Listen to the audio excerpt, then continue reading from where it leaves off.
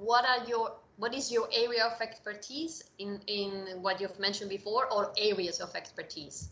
We have two, as you said before. The first one is related with human, because I started to work with the interplay between territory and economy.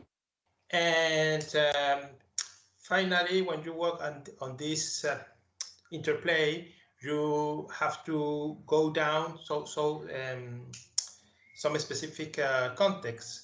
So in that way, I started to work on rural areas, and particularly in rural areas, it's very important food production and consumption. So I started working with what we call agro-food system. That means the integration of production, industrial transformation, distribution, and consumption. We see all those issues as closely related. We can't understand production without understanding consumption. All those elements are together. And that's this is probably my main area of expertise. And when you study all those areas, you also realize that there is some social and environmental issues that are very related on how we produce, how we make the industrial transformation of the different foods, how we distribute those foods, and how we make the consumption of food. So finally, social issues and environmental issues are very integrated in my job. How these areas of expertise contribute to a more sustainable Europe? Well, I think I have already answered. It's closely related. If we want to make a more sustainable world, we have to make different sustainable transition in urban issues. We have to change absolutely the way of working of cities, for example, in terms of mobility. And we have to change also another elements of the system, as energy, for instance, or as food production. Food production is one of the key topics in any approximation to make a more sustainable world. And sustainability is closely related with our researches, for instance, in production system, no? Because food production has a lot of environmental impacts, and there is ways, different alternative ways, as agroecology, as organic production, as intensive integrated production, which tries to reduce this footprint, but ecological footprint that agrarian production has. And could you tell us one exciting project you're working on in this area? Well, we are working on different projects now. Probably one of the most exciting we are starting at is the analysis of circular economy, and particularly the production of energy, and the production of energy using some residuals coming from agriculture, particularly in the case of biomass. In the case of olive oil, for instance, where olive oil have some subproducts that have not exploited, cannot be exploited, also can be considered a waste, as alberujo, no? That is a pollutant that can be used, and in fact is being used as a material for the generation of energy, for energy generation. And that's one issue that we are studying now. The economic effects and the social effects, and the way that economy has to change in order to can exploit all this resource that now is a problem, but can be considered a resource, and that need the development of the change in regulation, the change of some firm strategies, but also the development of some specific agents able to make some kind of work that today are not performing. Interesting. And could you tell people one thing they can do? I know it's difficult, but one thing they can do to contribute to a more sustainable Europe? I would like to say different things. First, we have to collectively, we have to make it. Surely, we are going to make because we are obliged to make big changes in the next years. And I think the main responsibility and the main changes is not from the side of specific individuals, but we need regulation, we need public policies, and we need collective action. Saying that, there is also, I think it's secondary, but people can do a lot. Saying that the change cannot be made alone by people. We need something else. But for instance, if it's my field of expertise, that is food, we can have a more vegetarian diet. Meat production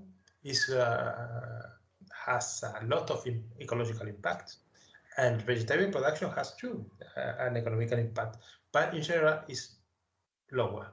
So having a more vegetarian diet is good for environment and it's good for our health. We have now a problem of excess of meat consumption that is not good in general. I speak in general because there are many people and each one eat differently. But in general, our diet has a problem of excess of meat consumption. To reduce meat consumption is good for our health and it's good for environment in general.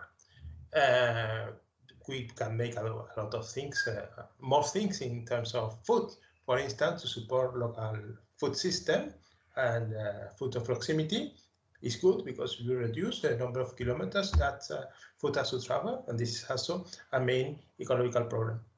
And also, you can support system of agrarian management that are better for the environment, and there are many. You can support organic production, you can support integrated production, that are forms that in different degrees tries to reduce the impact of agriculture on the environment. So we can do a lot, but the transition is more complicated than a change in individual behavior. The changes in individual behavior are absolutely necessary, but are not enough. Great. Well, thank you very much for all the tips and also for taking part in this initiative, Daniel. Thank you. Thank you. It has been a pleasure.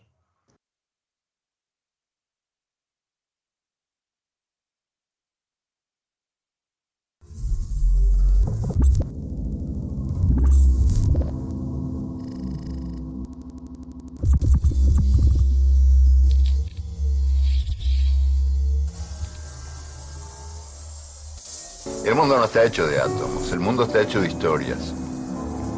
El mundo no está hecho de átomos, el mundo está hecho de historias. El mundo no está hecho de átomos, el mundo está hecho de historias. El mundo no está hecho de átomos, el mundo está hecho de historias.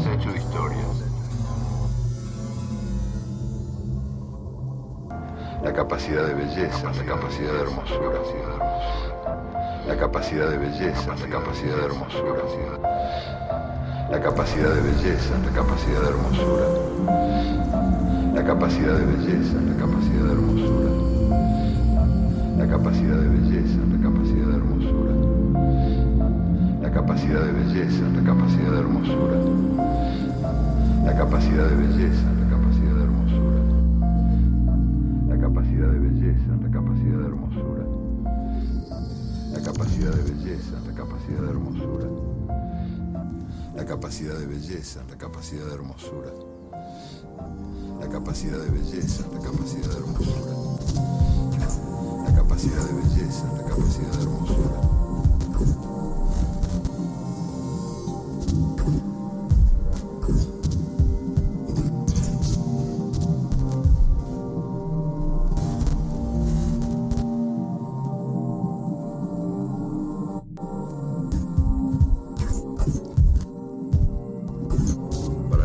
Hay que saber caerse.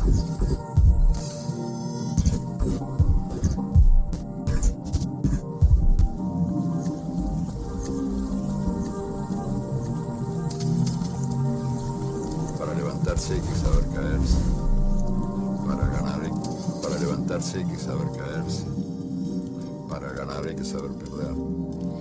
Y hay que saber que esa es la vida nomás. Para levantarse hay que saber caerse. Para ganar hay que saber perder. Y hay que saber que esa es la vida nomás.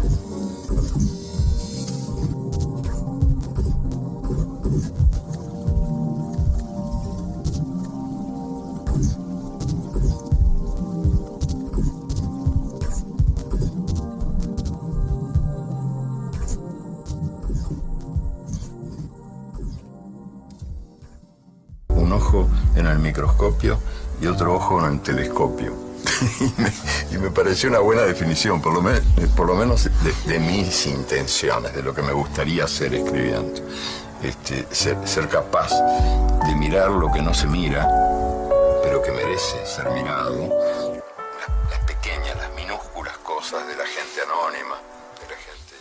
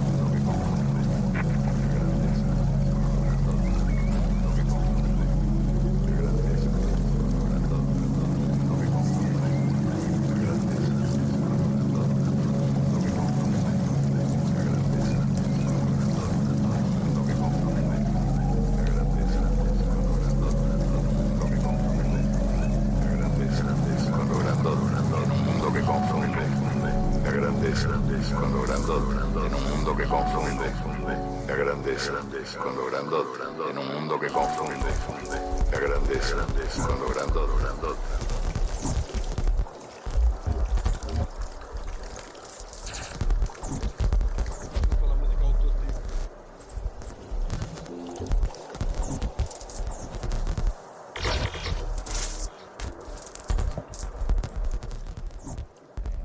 Una cosa, un brano un po' strano, questo, un po' new age, come sì, mi ricorda molto la musica 8D. Ne abbiamo parlato prima con Andrea De Soggiu. Sì.